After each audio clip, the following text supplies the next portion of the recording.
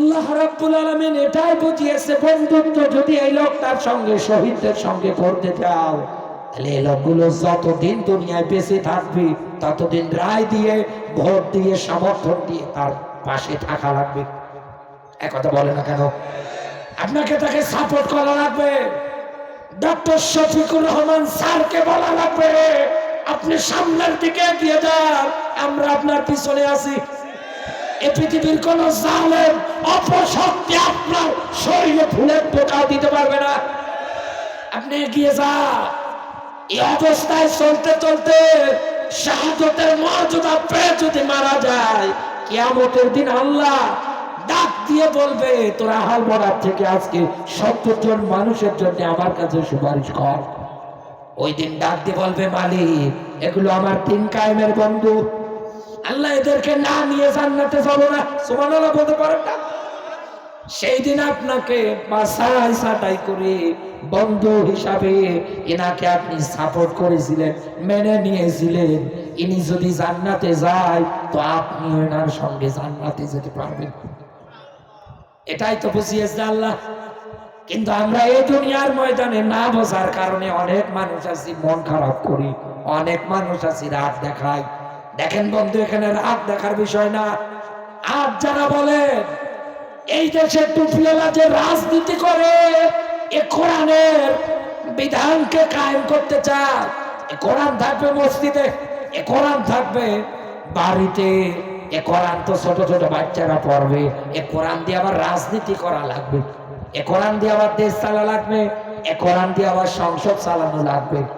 সব জায়গার মধ্যে কোরআনের নিয়ম নীতি আবার বাস্তবায়ন করতে হবে নাকি?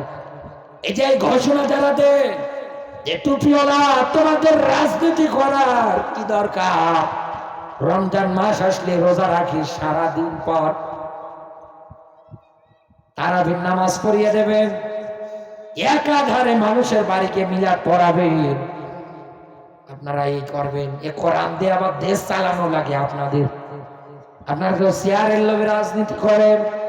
কত মানুষ আছে একাধারে এই কথা বলছে যে কোরআনের সঙ্গে রাজনীতির কোনো সম্পর্ক নেই। ছাতা মরিয়ে যাচ্ছে, না জানি কবে মরিয়ে যায়, একথা বলে। এরপরেও দেখেন ধনার মুখে ওই কথা।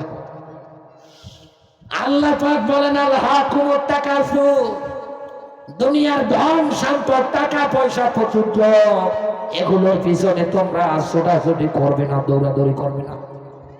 আমাল হায়াতুদ দুনিয়া ইল্লা মাতাউল গুরুর, দুনিয়ার জীবন খেলতামাশা, রং তামাশা ছাড়া আর অন্য কোনো কিছু না। গাজীপুরবাসী,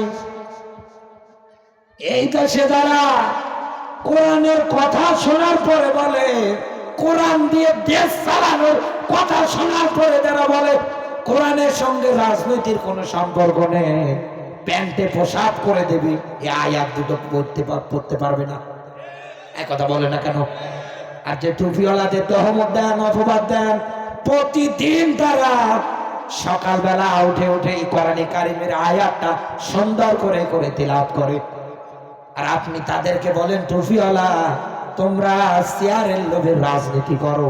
আরে ভাই, আপনাকে বলছি এই দুনিয়ার ময়দানে কোরআনের রাষ্ট্র যারা গঠন করতে চায় তারা কোনোদিন চেয়ারের লোভে রাজনীতি করে না।